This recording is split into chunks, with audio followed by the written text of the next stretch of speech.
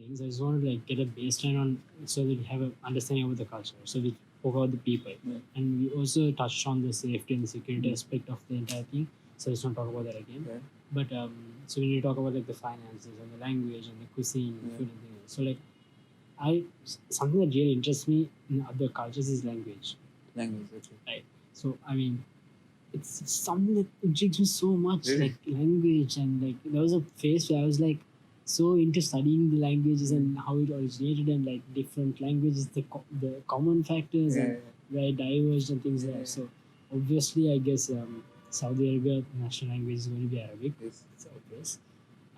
But like, can you elaborate on that a bit, please? So Arabic, I'm sure like Arabic. I'm not entirely sure about the history of it and how it. What was it? Yeah. The whole relation. I don't know any of that, but it has a lot of similarities to Urdu. Urdu. Yeah. So Urdu kind of came from Arabic. Yeah. Because even if you see the Urdu, the letters, yes. it's just like the Arabic letters. There's one time I had this Pakistani friend, and then he showed me this Urdu book. Then I started reading it. Obviously, it looks like Arabic. Okay. So he was shocked. He was like, "How do you know Urdu?" I was like, "Oh, this is Urdu." This is Arabic. No. I mean, I obviously knew it was Urdu because it has a particular thing. But he was shocked. He was like, "How does this man know Urdu?" And then obviously somebody else is like, "Okay, it looks like Arabic." So yeah, it's similar to Urdu and I think a bit of Hindi as well. Mm-hmm. Apart from that, I think Telugu. I'm not sure. I'm not entirely sure. So the way I studied Arabic was, so I wouldn't say I'm perfect in Arabic. I can get the message across and like communicate and stuff. That's okay. So the way I studied Arabic, so there's two types of Arabic. One is the Fusha, which is the Arabic that you use, in basically the official, the formal Arabic. Fusha. Okay. So that's what you use. That's what you study basically. So you could say the written Sinhala, talking Sinhala, something like that. Okay. So this is written Sinhala. So and that's what you study in textbooks and stuff like that. And then the talking Arabic is what you learn like in the streets and stuff like that. Mm-hmm. So obviously, if you learn Fusha in the books and then you go start speaking in the shops, they're gonna start making fun of you. So, but then a lot of people respect that obviously because you're making an effort to study their language, no? Yes. So they actually really respect that. And so the way I studied Arabic, the way the spoken Arabic is through cartoons. Cartoons. Okay. Cartoons. So you know how they have these channels where I think all of the cartoons are dubbed Arabic. Okay, so Tom and Jerry. Everything. SpongeBob. SpongeBob is one of my favorites. It was all Arabic. And how do you say SpongeBob SquarePants in Arabic? SpongeBob SquarePants, SpongeBob SquarePants. But the whole the starting song, the intro song. Under the sea. Yes. Yeah. That all is in Arabic. Don't make me say that. No, I'm gonna make you sing it. No. I don't remember the exact words. But maybe if I get a start, I may be able to continue. But don't make me sing that. So that, and I would say the English movies and English films and series and stuff like that, they would have subtitles in Arabic. Subtitles in Arabic. Subtitles in Arabic. Okay. But it would be in English. Okay. So that's a lot easier to study Arabic, no? Yeah. So that's how I think there were a few swear words. I think it's tabban or something. I'm not sure. I don't know if that's the actual word. Is it swear word because I have to beep it out and no. I think it's like this watered down version. So that's I think one of the main ways I studied Arabic, and then obviously speaking with people and stuff like that. So learning Arabic is quite easy. There's not much, but then learning Arabic grammar, that's where everything is very difficult. Some people say it's one of the most difficult. I have not studied Arabic grammar to that extent. I have studied it to some extent, but people who have studied it say it's very difficult, and every tiny word, a tiny letter makes a huge difference and stuff like that. And I think one of my favorite parts about Arabic is how concise it is. So it's like you can convey a message that's worth a whole paragraph in another language. You can convey it in a few words in Arabic. Okay. So isn't like a word encompasses a lot of meaning? Exactly, something like that. So it's not just that word. So say that word would have like a prefix and a suffix, something like that. It's not exactly a prefix or a suffix, but like you get my point, no? So you add on to the word. Add on to the word, Okay. and that gives it the Gives it meaning. meaning, So every word has like a male and a female version. Yes, and that's something you observe in a lot of languages. Exactly. Which is not there in English, but it's in a lot of languages. Is it like which kind of language? French. French. Yes, it Really? has a male and female. Which is In every word. yeah. Wow. It's I think I learned French when I was in school. I can't remember. I think a cat is male and a dog is female. A table is male and a pen is female or something Okay, like that. It's Yeah. unique Unique. to the object that you are describing. So a table is always going to be I can't remember what you call a table. I just remember Chien for dog and it's female. I think it's female. And a cat is male. Yeah. And not just French, right? Tamil and Sinhala don't have it, but a lot of languages have it. I've heard of. Like, I think that belt, in the Arab European origins, they have it. Those okay, makes sense. Yeah, makes sense. Something like that. So yeah, that's one of the beauties of Arabic, and obviously it's the language of the Quran. Mm-hmm. So it gives you even more of a motivation to study Arabic, and you start to understand how every letter and every grammatical how everything matters basically in conveying that meaning. Just again, a personal question is when you read, now that you've learned Fushan, spoken Arabic, when you read the Quran, do you seem to understand some concept of it? Yeah. Like I would say about 60%.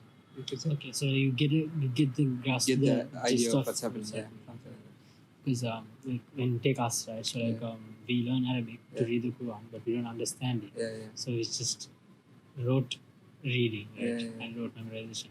And I guess from our side, we need to make an effort to understand the language, to understand what we're reading. Yeah. It's a lot we sweeter do, when you yeah. understand meaning. So that's nice. That's about the language. So, and it also sounds very nice, Sounds. It's very pleasing to the ear. To one of my favorite commentaries for football is Arabic. Arabic, Okay, so Arabic and Spanish, obviously, because there's so much emotion that's conveyed in the language. So yeah, I love listening to Arabic commentary, and some people don't. I have friends who are like, no, it's just too loud and too hard, too strong. But I like it. Now, speaking of the sound, the way it sounds, there's actually a lot of dialects in Arabic. So for Saudi, I mean, if say a particular Arab speaks over the phone, you will be able to tell from where he's from. Okay, like so Egyptians, each country is from. Each country, so they all have different dialects. Okay. Even like say, even how to say how are you, different. I think it's. I can't remember the exact words. Maybe if I look it up, I might be able to tell. But like every country has like a different way of saying it, but it's the same meaning, and like most people can understand what it means. But you can like also recognize that specific to that country. Okay. So it's good. I mean, even like it's then Sri Lanka, right? So you can, the way someone talks in Tamil, you can tell they're from Goa or from Jaffna, right? Something like that, say that. So I'm definitely gonna have to make you to talk in Arabic, but just sing that song to us. Who lives in a pineapple? Come on, you have to. No, I can't remember. If I could, I would. No, just get the data. Look it up. Yeah, look it up.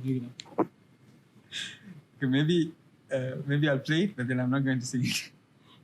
You can start off there. You can sing along with you. جاهزون يا أطفال؟ يا كابتن. لا أسمعكم. يا كابتن. من يسكن البحر ويحبه الناس. لونه أصفر مربع حساس. Okay, you can just carry on from there. It's been a while since I watched this. Have you seen this meme where there's when you knock on with a Saudi woman, she starts scolding in Arabic and something like that. It's such a nice language. So now we spoke about language, right? So the next thing that comes to mind is food. So Saudi food, right? Like, because I'm just going to let you take it from there. So When you So talk like, about, okay, just when you grew up there, did you grow up with like kiribat and rice No, and curry, or like even though you were Sri Lankan there, no, it was basically a mix of both. I would say lunch was always rice and curry. Okay. But dinner would be somewhere from out usually. Uh-huh. So I think two main dishes that when I think about Saudi cuisine that comes to mind is kabsa. Kabsa Okay. is basically like the fried rice of Saudi. Mm-hmm. So kabsa, it's basically rice, flavored rice with like not roasted chicken, roasted chicken, Roasted chicken. roasted chicken, or there's barbecue chicken, or there's like different kinds of chicken. Chicken that's cooked with placed on hot stone, like the stone is heated up. Okay. The chicken is placed on there. I think it's called madbi. And What is it? madbi, Madbi. yeah, madbi. It's So that's the stone chicken is madbi. madbi. Okay. And then there's faham, barbecue. Faham. Yeah. It's barbecue. Yeah. Okay. And then we have shawai, which is roasted. Okay. And then there's different types of rice also. So there's like the yellow rice, the white rice, like I think it's mandi, biryani, and So biryani was brought in by India. I think I Because don't- like, is rice even staple in Saudi? I it doubt. is definitely It is? It is. They eat rice every time. Really? Yeah. But then like, they would have never had rice. They always would have had to import it. So how could it have And I been think staple? over it that way, yeah. But it's a massive part of their cuisine, Okay. chops and stuff like that. But yeah, when you put it that way, I'm not sure how it is. Because So I that's- used to think that their cuisine consists mainly of bread, like roti, and that's usually variations like of the roti. breakfast. Ah, okay. So the lunch and dinner is like kabsa and stuff like that. Mhm. Then obviously you got shawarma. Sure. Don't compare the shawarma you get here with the shawarma you get there. It's two completely different things. So what was it like the first time you ate shawarma in Sri Lanka? It is it's completely different, when you compare Saudi shawarma with Sri Lankan shawarma.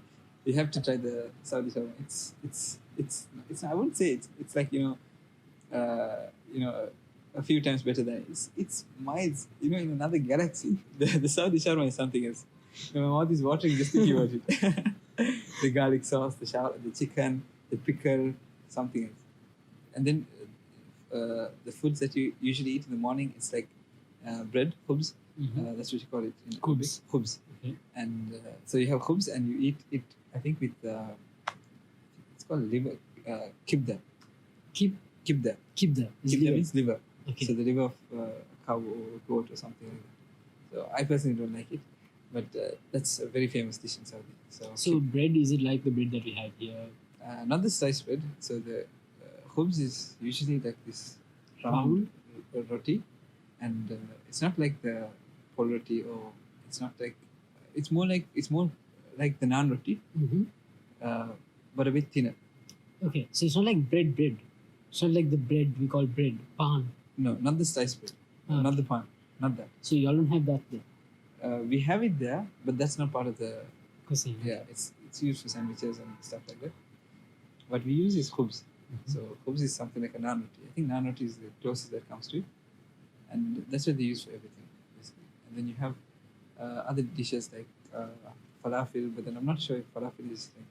I think it's more of a Syrian food. You get a few more other stuff, but these are the main stuff. Saudi cuisine is like I've seen reels and stuff. Yeah. Like it's just the thing that comes to mind is like the quantity. Yeah. Like, it's just Yeah. it's always huge. I think Saudi is one of the top few countries that waste food. Waste food. Actually, like I've seen.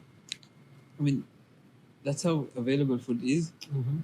And Which is that's- kind of ironic when you think about it, because it's a desert. exactly. It's the. I guess you could say it's a blessed country.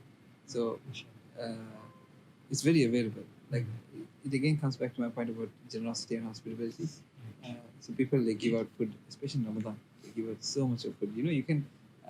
I think if I started a challenge Mhm. where I did not have to cook or buy food from the beginning of Ramadan till the end of Ramadan, I would actually gain weight by the end of Ramadan. That's how much available food is.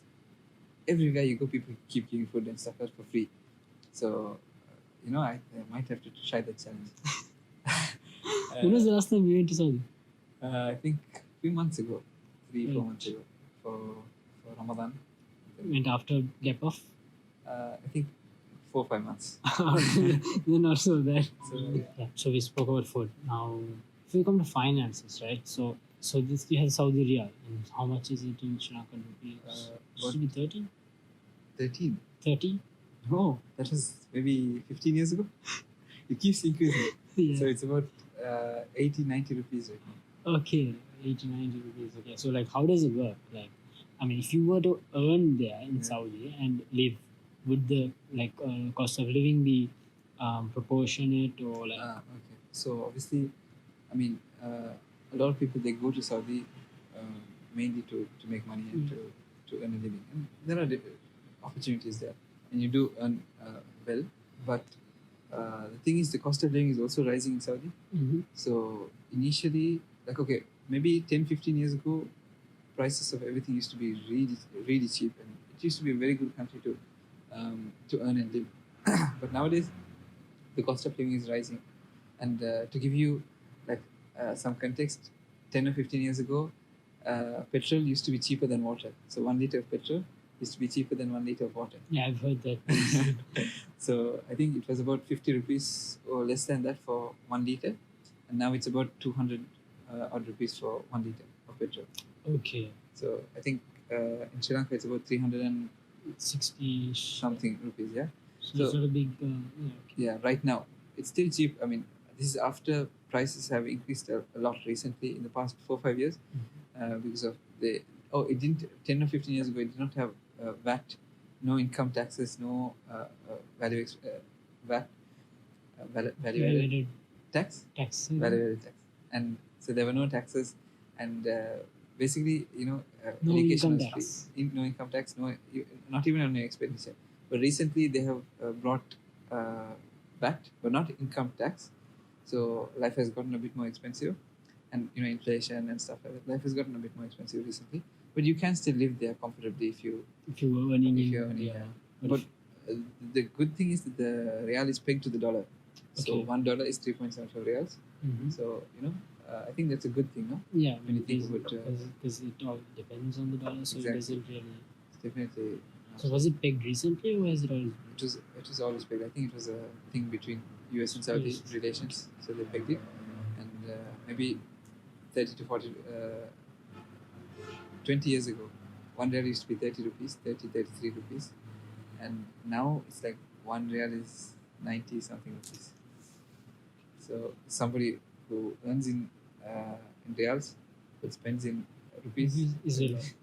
But if somebody earns in rupees and spends in so like earning in Saudi, right? So like, how does it like you need to go with the work permit? But like in your case, right? Like if when you were in Saudi, could you work so before you moved? the thing is, so how I told you everything's like it's kind of restricted, no? Yeah. So even for us, so right now there's this whole thing about sponsorships. So Mhm. if I were to go there and work in Saudi, I need a sponsor. Okay. So I can't be like this individual person who goes there and gets a job, starts working, and then comes back. No, I need to have a sponsor. Mhm. So when I was living in Saudi, my sponsor used to be my father. My father's sponsor used to be his employer. Okay. So if I'm going to go to Saudi and work, I'd have to find a sponsor. Mm-hmm. It can be a hospital, it can be a person. There has to be a sponsor. This is So I think sponsors, do they pay for you or do they just No. act as a guarantor? act as a guarantor, something like that. And I think this is one of the biggest downsides of Saudi is where you need a sponsor to go there and to work there. Right. So obviously you can go on visit visa and stuff like that, but if you go on visit visa, you can't work. You can't work. So if you're working, you need a sponsor, and it's not a very good thing. And I think they're working to get rid of that, Mm-hmm. but for now, that's how it. No, it's there. So now we've laid the groundwork of we understand how Saudi culture Yeah. is. You were speaking about your experiences in Riyadh, right? So what about the other cities in Saudi? And like, I mean, I know it's a desert, Yeah. but like, is that all there is to it? It's just one flat desert. Have you been around Saudi? Yeah, not really. So where we live is like the center of Saudi, Riyadh. Okay. So that's like this flat area. Mm-hmm. Um, think there's a name for it, Hijazi or Najdi or something. I'm not sure. It's like this flat ground, but towards the west, where Makkah, Jeddah, Taif, those Jizan, Abha, towards the west, the whole. So Saudi is like this shoe shape, and then the whole of the west is more like hilly. Okay. So towards the south, there's this city called Abha, which is like the Nooredi of Saudi. Okay. It's if you go there, you wouldn't. If I showed you a picture of Abha, you wouldn't be able to say that this is in Saudi. It's very green. It's very hilly. It's really pretty, and it's got waterfalls and stuff like that. Waterfalls. Obviously, during the rainy season, but it's you could say it's the Nooredi of Saudi. So every time somebody gets a vacation, a long vacation or something like that, that's where they go to Abha. So to Makkah, and then you go down to Abha.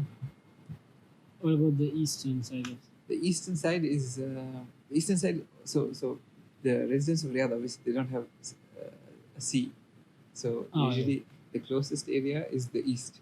Okay. So which is Dammam and stuff like that. It's only about 4 hours by car, and that's more. And the thing I'd like to point out is how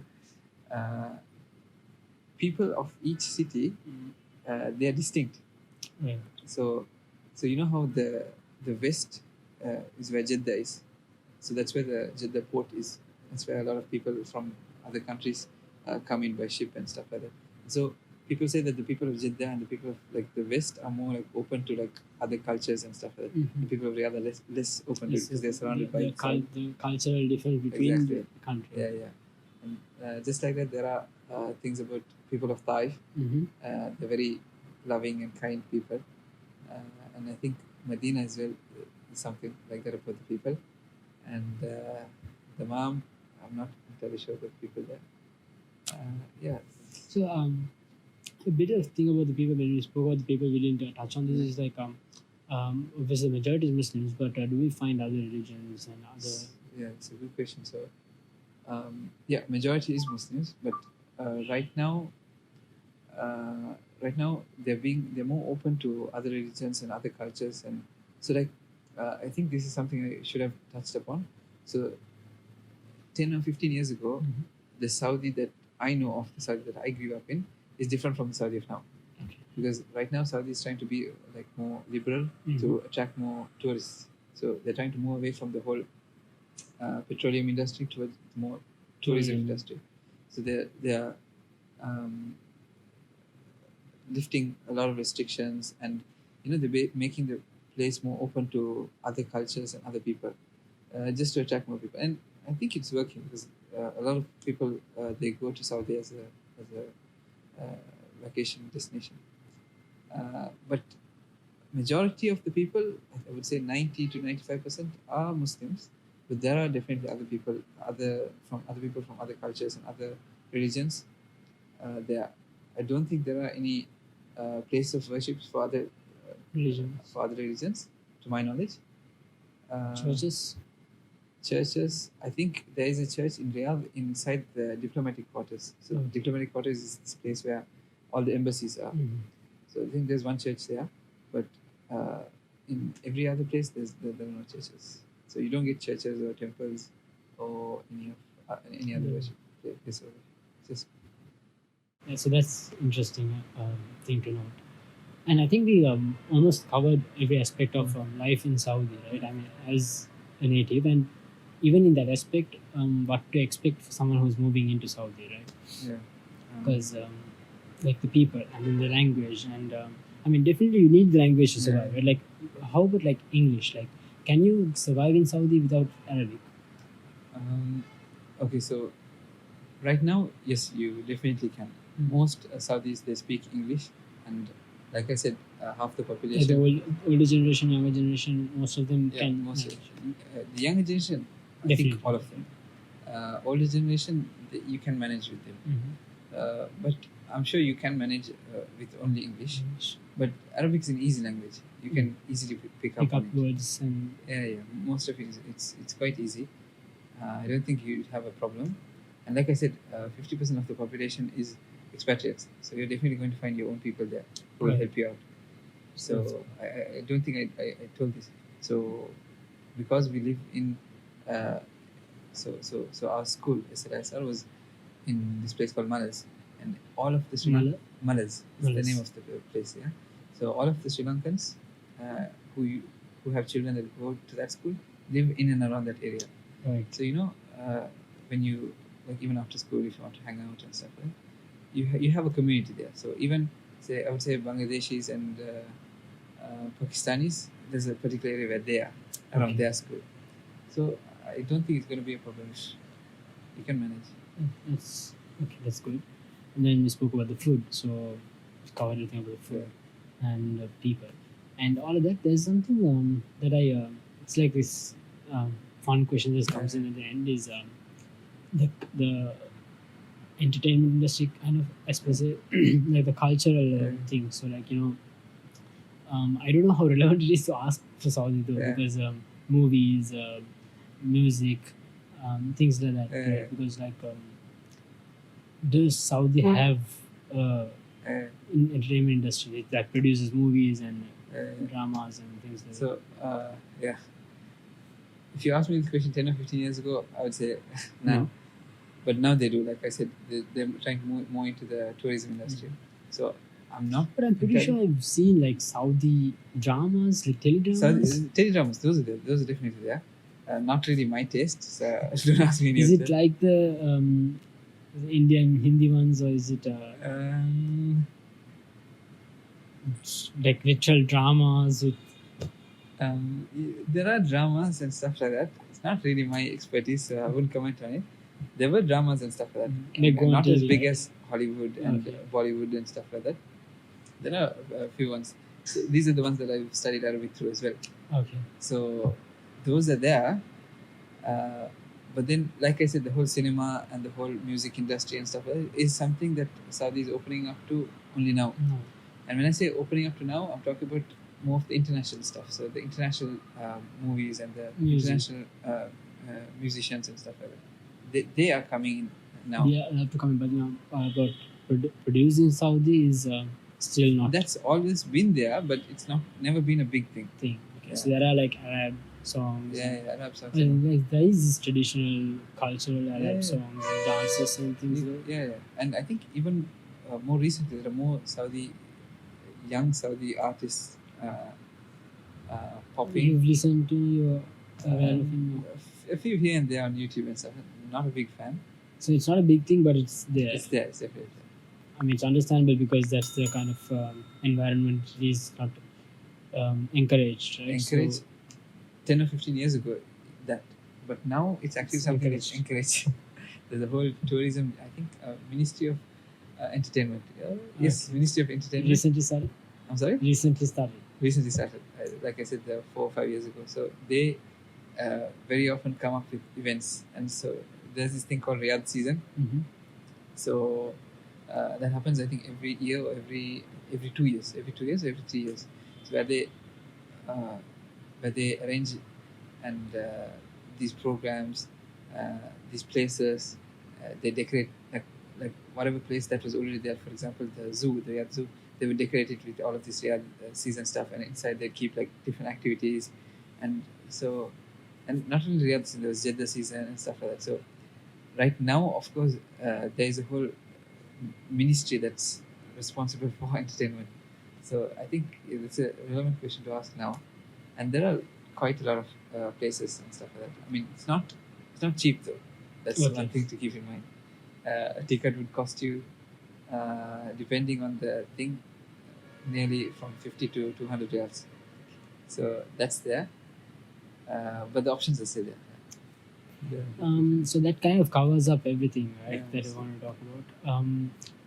So like, it's kind of stupid to ask this question because obviously you would say yes, but would you ever consider settling down there in Saudi? You said it. Definitely, 100%. I mean, okay, a more personal reason is because it's It's home. home. Apart from that, like if a it's general not your reason home, for say somebody else, if I were to convince somebody else, I would say it's a very peaceful country, and it's a very it has a lot of opportunities. Mm. Like lot of blessings in that country, and like I said, a lot of the Islamic values incorporated into the culture and the place. So even raising a kid there, they're more likely to be, they're more likely to incorporate those values that is there in the Saudi culture into themselves. Okay. You understand what I mean? So like the whole part about generosity, hospitality, honesty, very big thing, and a lot of the Sunnah of the Prophet Sallallahu Alaihi Wasallam, a lot of that is already there in the culture and in the people. So growing up there, all of that gets into you. So that's something I'd want for my children. So yeah, definitely. But the problem is, like I mentioned earlier, there's not many opportunities for expatriates, especially in the medical field. Yeah, I think the biggest setback is the fact that you will never be able to call it your home. Like That's true. You will never be able to claim That's true. it. That's true. Right? It's a sad thing, but That's like the thing. reality. But yeah, that was pretty insightful talking Yeah. about Saudi. So so I missed this when you was talking about school. Is like when we talk about kids growing up there, the exposure that they have. Right? Yeah. So it starts at the school level. You have drugs coming in, and, Yeah. smoking and Yeah. drinks and things like that. So what about schools there? Like Schools there. So that's definitely there. So I don't think I mentioned this. So alcohol, drugs, all of that is completely banned. So if you've been caught with any of that in your possession, there's going to be serious consequences. alcohol is completely banned, Alcohol is completely banned except in certain places or No, across the absolutely. country. Across the country. across the country. So it's still that. It's still in place, yeah. That pork, all sorts of drugs, and if any of these have been found like in the possession of anybody, there's serious consequences. So it's very difficult to get this stuff, but obviously it still is there, and there are still people who, you do get cigarettes, so, and shisha, obviously. Apart from that, other kind of Shisha is a drugs- big thing. Shisha is a big thing, yeah. I mean, it's sort of like the norm there. And other sorts of drugs, not very common, but you still get it there. It's not as common as how I've heard of schools having it and selling it to children in the school and stuff like that. Nothing like that.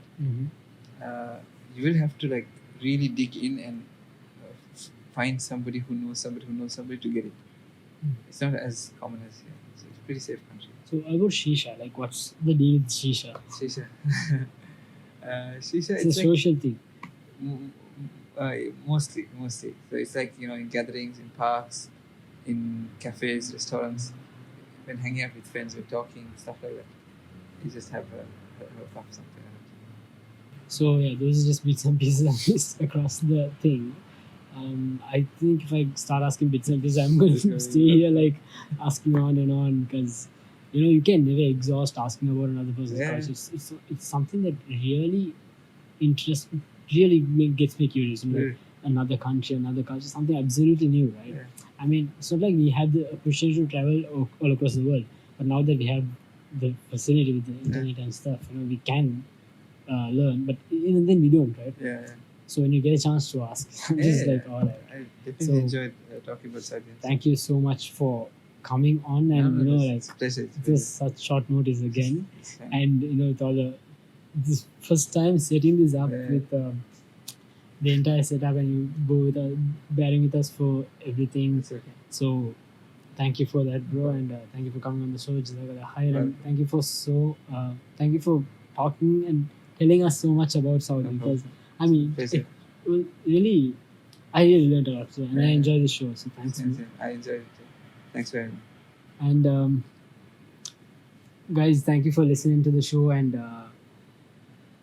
forgot to put in the beginning to rate the podcast. So rate the podcast on whatever audio platform that you're listening to it on, and drop a review. If you're listening to it on Spotify, Apple Podcasts, Google Podcasts, definitely drop a review because it helps get us featured. If you're watching this on YouTube, of course you know the drill. Again, like, share, subscribe to the channel for updates and other content. Check out my other videos on other countries, and drop your suggestions, drop your comments, drop your questions down below in the comments, and if I can, I'll get in touch with Raashid again and maybe do another set or just answer the questions, the question answer session. So again, thank you guys for tuning in, and catch you again on another episode of Teekotalks. So